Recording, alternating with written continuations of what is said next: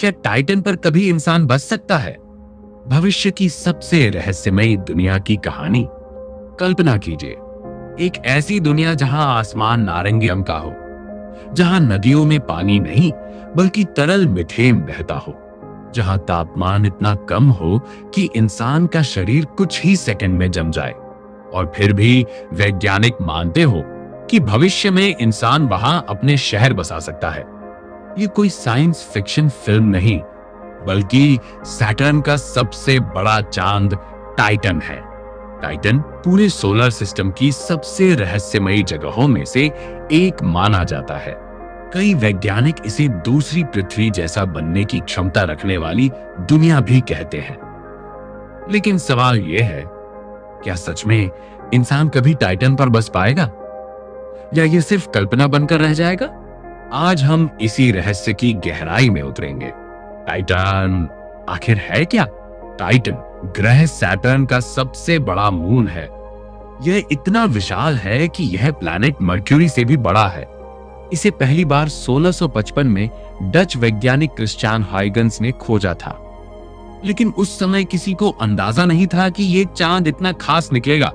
सालों तक टाइटन सिर्फ दूरबीनों में एक धुंधली सी गेंद जैसा दिखाई देता रहा।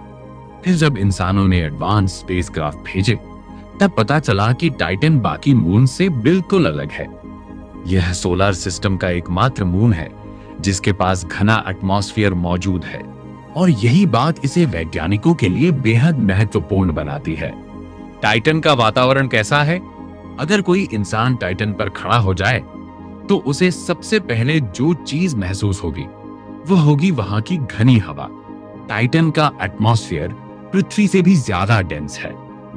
यह मुख्य रूप से नाइट्रोजन से बना है, ठीक पृथ्वी की तरह, लेकिन इसमें ऑक्सीजन लगभग नहीं के बराबर है। वहां का आसमान हल्के नारंगी रंग का दिखाई देता है, क्योंकि एटमॉस्फेयर में मौजूद केमिकल्स सनलाइट को अलग तरीके से स्कैटर करते हैं। सबसे अजीब बात यह है कि टाइटन पर मौसम भी बदलते हैं। वहां बादल बनते हैं, बारिश होती है, हवाएं चलती हैं, यहां तक कि तूफान भी आते हैं। लेकिन फर्क सिर्फ इतना है कि वहां पानी का साइकिल नहीं चलता, टाइटन पर मीथेन साइकिल चलता है। टाइटन पर बारिश कैसी होती है? पृथ्वी पर पानी इवेपोरेट होकर बादल बनाता है और फिर बारिश बनकर गिरता है।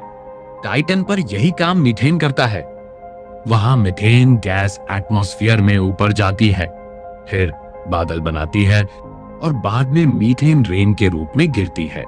टाइटन पर वैज्ञानिकों ने विशाल लेक्स और सीज खोजे हैं, लेकिन उनमें पानी नहीं बल्कि लिक्विड मीथेन और ईथेन भरा हुआ है। इनमें से कुछ लेक्स इतने बड़े हैं कि पृथ्वी की बड़ी झीलों को भी छोटा साबित कर दें। कल्पना कीजिए, एक ऐसी दुनिया जहां समुद्र पेट्रोल जैसे तरल से भरे हो। टाइटन इतना ठंडा क्यों है? टाइटन सूर्य से बहुत दूर स्थित है, इसी वजह से वहां सनलाइट बेहद कम पहुंचती है। वहां का एवरेज टेम्परेचर लगभग -179 डिग्री सेल्सियस रहता है। इतनी ठंड में पानी पत्थर की तरह सख्त बर्फ बन जाता है और मीथेन लिक्विड अवस्था में मौजूद रहता है। अगर कोई इंसान बिना प्रोटेक्शन के वहां पहुंच जाए तो उसका शरीर कुछ ही सेकंड में फ्रीज हो सकता है। यानी टाइटन पर रहने के लिए इंसानों को अत्याधुनिक सूट्स और हीटेड हैबिटेट्स की जरूरत पड़ेगी। फिर वैज्ञानिक टाइटन में इतनी दिलचस्पी क्यों लेते हैं? क्योंकि टाइटन सिर्फ एक बर्फीली दुनिया नहीं है, ये केमिस्ट्री की एक विशाल लैबोरेटरी है। वैज्ञानिकों का मानना है कि अरबों साल पहले पृथ्वी का एटमॉस्फेयर भी कुछ हद तक टाइटन जैसा रहा होगा। इसलिए टाइटन का अध्ययन हमें यह समझने में मदद कर सकता है कि पृथ्वी पर जीवन की शुरुआत कैसे हुई। टाइटन के एटमॉस्फेयर में कॉम्प्लेक्स ऑर्गेनिक मॉलिक्यूल्स पाए गए हैं। ये वही तरह के मॉलिक्यूल्स हैं जो जीवन के निर्माण में महत्वपूर्ण भूमिका निभाते हैं। यानी टाइटन पर शायद जीवन न हो, लेकिन जीवन बनने के शुरुआती इंग्रेडिएंट्स मौजूद हो सकते हैं। क्या टाइटन पर एलियन जीवन हो सकता है? यह सवाल दशकों से वैज्ञानिकों को परेशान करता आया है। टाइटन पर लिक्विड मौजूद है, एटमॉस्फेयर मौजूद है, ऑर्गेनिक केमिस्ट्री मौजूद है, लेकिन समस्या यह है कि वहां पानी लिक्विड फॉर्म में नहीं मिलता। पृथ्वी पर जितना भी जीवन है वह पानी पर आधारित है, लेकिन कुछ वैज्ञानिकों का मानना है कि टाइटन पर मीथेन बेस्ड लाइफ थियोरेटिकली संभव हो सकती है। अगर ऐसा हुआ तो वह जीवन पृथ्वी के किसी भी जीव से पूरी तरह अलग होगा। हालांकि अभी तक टाइटन पर किसी जीवन का कोई पक्का सबूत नहीं मिला है। क्या इंसान टाइटन पर सांस ले सकता है? सीधा जवाब है नहीं। वहां ऑक्सीजन लगभग नहीं है। एटमॉस्फेयर में नाइट्रोजन और मीथेन ज्यादा है। अगर कोई इंसान बिना सूट के टाइटन पर जाए तो वह कुछ ही मिनटों में सफोकेट हो जाएगा। लेकिन अच्छी बात यह है कि वहां का एटमॉस्फेयर प्रेशर सूट को फटने नहीं देगा। मार्स की तुलना में टाइटन का प्रेशर इंसानों के लिए ज्यादा मैनेजेबल माना जाता है। टाइटन पर चलना कैसा होगा? टाइटन की ग्रेविटी पृथ्वी की लगभग 14% है। यानी अगर आपका वजन पृथ्वी पर 70 किलो है तो टाइटन पर आपको खुद बेहद हल्का महसूस होगा। कुछ वैज्ञानिकों का मानना है कि टाइटन के डेंस एटमॉस्फेयर और लो ग्रेविटी की वजह से इंसान वहां आर्टिफिशियल विंग्स पहनकर उड़ भी सकता है। कल्पना कीजिए, एक इंसान टाइटन के आसमान में पक्षी की तरह उड़ रहा हो। यह शायद सोलर सिस्टम की सबसे अद्भुत अनुभूतियों में से एक होगी। क्या टाइटन पर खेती हो सकती है? यह सबसे बड़ी चुनौतियों में से एक है। टाइटन पर सनलाइट बहुत कम पहुंचती है, इसलिए सामान्य प्लांट्स वहां सरवाइव नहीं कर पाएंगे। लेकिन भविष्य में इंसान अंडरग्राउंड फार्म्स बना सकता है। आर्टिफिशियल लाइट और कंट्रोल टेम्परेचर की मदद से क्रॉप्स उगाई जा सकती हैं। हाइड्रोपोनिक्स और लैब ग्रोन फूड जैसी टेक्नोलॉजीज टाइटन कॉलोनीज के लिए बेहद जरूरी होंगी। टाइटन पर ऊर्जा कहां से आएगी? यह सवाल किसी भी कॉलोनी के लिए सबसे महत्वपूर्ण है। टाइटन पर सोलर एनर्जी बहुत कम मिलेगी क्योंकि वो सूर्य से बेहद दूर है, लेकिन वहां मीथेन की विशाल मात्रा मौजूद है। इंसान इसे फ्यूल के रूप में इस्तेमाल कर सकता है। इसके अलावा न्यूक्लियर रिएक्टर्स भी कॉलोनी को पावर दे सकते हैं। कुछ वैज्ञानिकों का मानना है कि टाइटन भविष्य का फ्यूल स्टेशन बन सकता है। क्या टाइटन पर पानी मिल सकता है? हाँ, लेकिन लिक्विड फॉर्म में नहीं। टाइटन की सतह के नीचे वाटर आइस मौजूद होने की संभावना है और वैज्ञानिकों का मानना है कि उसके अंदर एक अंडरग्राउंड ओशन भी हो सकता है। अगर इंसान उस बर्फ को मेल्ट कर पाए तो उससे ड्रिंकिंग वाटर, ऑक्सीजन और हाइड्रोजन प्राप्त किए जा सकते हैं। यानी टाइटन पर सर्वाइवल टेक्निकली संभव हो सकता है। नासा टाइटन पर क्यों जाना चाहता है? NASA Dragonfly mission. NASA Titan को लेकर इतना उत्साहित है कि उसने ड्रैगनफ्लाई मिशन तैयार किया है।